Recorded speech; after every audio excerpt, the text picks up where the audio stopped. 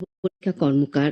কেন্দ্রীয় কৃষি ও কৃষক কল্যাণ মন্ত্রী শিবরাজ সিং চৌহান বলেছেন, কেন্দ্রীয় সরকার দেশের খাদ্য নিরাপত্তার পাশাপাশি কৃষকদের সমৃদ্ধিও নিশ্চিত করতে প্রতিশ্রুতিবদ্ধ। কেন্দ্রীয় কৃষিমন্ত্রী শিবরাজ সিং চৌহান গতকাল মতিহারির পিপরাকোট কৃষি বিজ্ঞান কেন্দ্রে বিকশিত কৃষি সংকল্প অভিযানের এক অনুষ্ঠানে বক্তব্য রাখছিলেন। দেশব্যাপী এই অভিযানের গতকাল ছিল পঞ্চম দিবস। কেন্দ্রীয় কৃষিমন্ত্রী বলেন, বিকশিত কৃষি সংকল্প অভিযানের মূল উদ্দেশ্য হল সুবিধাভোগী কৃষকদের জন্য বিভিন্ন প্রকল্প ও কল্যাণমূলক কর্মসূচি তাদের দুয়ারে দুয়ারে পৌঁছে দেওয়া। এদিকে কৃষিমন্ত্রী রতনলাল নাথ গতকাল ধলাই জেলার ছামনু বিধানসভার ময়নামা গ্রামে আয়োজিত বিকশিত কৃষি সংকল্প অভিযান কর্মসূচিতে অংশ নেন। অনুষ্ঠানে কৃষিমন্ত্রী জানান, ধান ও অন্যান্য ফসল উৎপাদনে রাজ্য উন্নতি করছে। রাজ্য সরকার কৃষকদের পাশে রয়েছে। শ্রী নাথ বলেন, সরকারি বিভিন্ন প্রকল্প নিয়ে গোটা দপ্তর যে কৃষকদের পাশে রয়েছে, এই বিশ্বাস তাদের মধ্যে জন্ম নিয়েছে। কৃষি একদিন এই এলাকার উন্নয়নের মূল চাবিকাঠি হয়ে উঠবে বলে তিনি দৃঢ় আশা প্রকাশ করেন। তিনি বলেন, রাজ্যের উর্বর মাটি ব্যবহার করে এবং বিজ্ঞানীদের পরামর্শ নিয়ে কৃষিতে উন্নতি করা হচ্ছে। অনুষ্ঠানে বিধায়ক শম্ভুলাল চাকমা সহ অন্যান্যরা উপস্থিত ছিলেন। কেন্দ্রীয় মন্ত্রী ড জিতেন্দ্র সিং গতকাল নয়াদিল্লিতে ভারত জেন সম্মেলনে ভারত জেন প্রকল্প চালু করেছেন। সম্মেলনে ভারতীয় ভাষার জন্য সরকারি আখ্যায়িত স্বদেশী প্রযুক্তিতে উন্নত এআই ভিত্তিক multi modal large language model উপস্থাপন করা হয়। ভারতের ভাষাগত এবং সাংস্কৃতিক পরিসরে এআই এর মাধ্যমে বিপ্লবের লক্ষ্যেই বিজ্ঞান ও প্রযুক্তি মন্ত্রণালয় ভারত জেন প্রকল্প গ্রহণ করেছে। এই উদ্যোগটি প্রধান শিক্ষা প্রতিষ্ঠান, বিশেষজ্ঞ এবং উদ্ভাবকদের সহায়তা করবে। সম্মেলনে ড জিতেন্দ্র সিং ভারত জেনকে একটি জাতীয় মিশন হিসেবে বর্ণনা করে বলেন, এতে এমন কৃত্রিম বুদ্ধিমত্তা তৈরি হবে যা নৈতিক, অন্তর্ভুক্তিমূলক, বহুভাষিক এবং ভারতীয় মূল্যবোধ ও নৈতিকতার সাথে গভীরভাবে সংযুক্ত।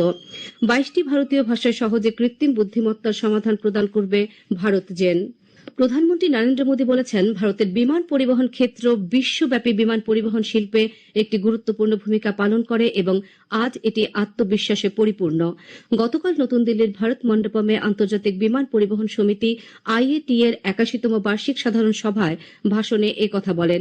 শ্রী মোদী বলেন, উড়ান প্রকল্পের সাফল্য ভারতীয় অসামরিক বিমান পরিবহনে স্বর্ণযুগের মতো এবং এখন ভারত বিশ্বের তৃতীয় বৃহত্তম অভ্যন্তরীণ বিমান পরিবহন বাজারে পরিণত হয়েছে।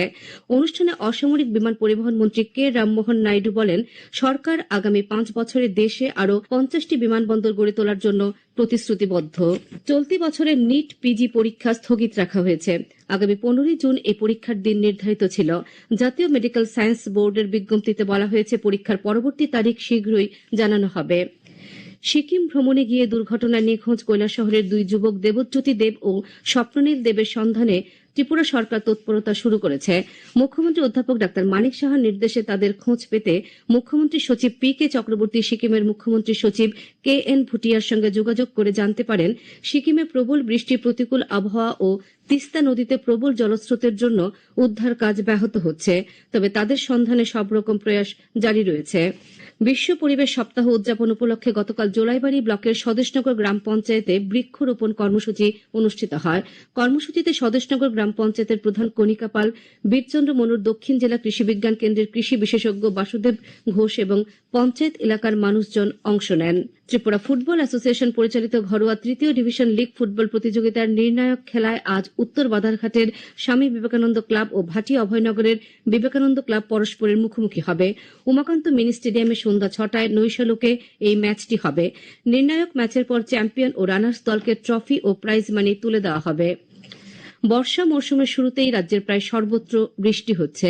রাজ্য সরকারের পক্ষ থেকে গতকাল জানানো হয়, রাজ্যের বিভিন্ন অংশে জলপ্লাবিত দুর্গতদের জন্য 66টি ত্রাণ শিবির, খাবার, ওষুধপত্র ও অন্যান্য প্রয়োজনীয় সামগ্রী দেওয়া হচ্ছে। 2926 পরিবারের 10,813 জন এই শিবিরগুলোতে আশ্রয় নিয়েছেন। পশ্চিম ত্রিপুরা জেলাতে 50টি ত্রাণ শিবিরে আশ্রয় নিয়েছে 2352 পরিবার। প্রবল বৃষ্টিতে গোমতী, সিপাহীজলা, দক্ষিণ ত্রিপুরা, খোয়াই ও উত্তর ত্রিপুরা জেলার বিভিন্ন অংশে 219টি বাড়িঘরের ক্ষতি হয়েছে। তবে জলস্তর কমছে। এদিকে ভারতীয় আবহাওয়া দপ্তর আইএমডি থেকে আজও রাজ্যে বৃষ্টিপাতের সতর্কতা জারি করেছে। আইএমডির পক্ষ থেকে রাজ্যের খোয়াই, পশ্চিম ত্রিপুরা জেলা ও দক্ষিণ ত্রিপুরা জেলায় ভারী থেকে অতি ভারী বৃষ্টিপাতের সম্ভাবনা থাকায় কমলা সতর্কতা জারি করা হয়েছে। বাকি জেলাগুলোর জন্য হলুদ সতর্কতা জারি করা হয়েছে।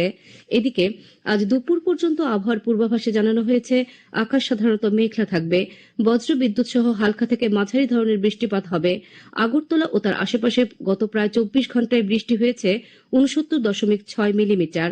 আগরতলায় আজ ভোরের সর্বনিম্ন তাপমাত্রা ছিল 23.2 ডিগ্রি সেলসিয়াস। দিনের সর্বোচ্চ তাপমাত্রা 30 ডিগ্রি সেলসিয়াসের কাছাকাছি থাকবে।